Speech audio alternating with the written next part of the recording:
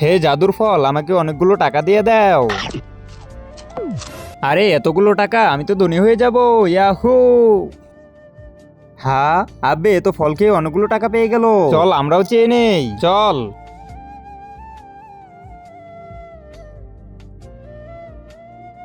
আব্বে, এত সুন্দর নিশানা লাগালাম তারপরে পড়লো না। তুমিও জাদুর ফল খেতে চাও? হ্যাঁ, ওইটার জন্য তোমার কালো পাথরের দরকার হবে, কিন্তু ওইটা পাবো কোথায়? ওই দরজার ভেতরে। চল ভাই, ওই তো পাথর, চল।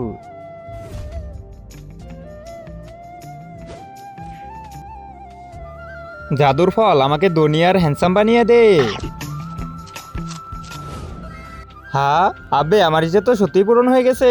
হ্যাঁ, এখন আমার পালা। তার আগে দেখবো তুমি আল্লাহর ঘরটিকে বেশি ভালোবাসো না মন্দির ঘরটিকে বেশি ভালোবাসো। যদি আল্লাহর ঘরটিকে বেশি ভালোবেসে থাকো তাহলে ভিডিওতে একটি লাইক করে চ্যানেলটা সাবস্ক্রাইব করে দিবে। আর যদি মন্দির ঘরটিকে ভালোবেসে থাকো তাহলে কিছুই করতে হবে না, আর কমেন্টে আই লাভ ইউ আল্লাহ লিখে যাবে।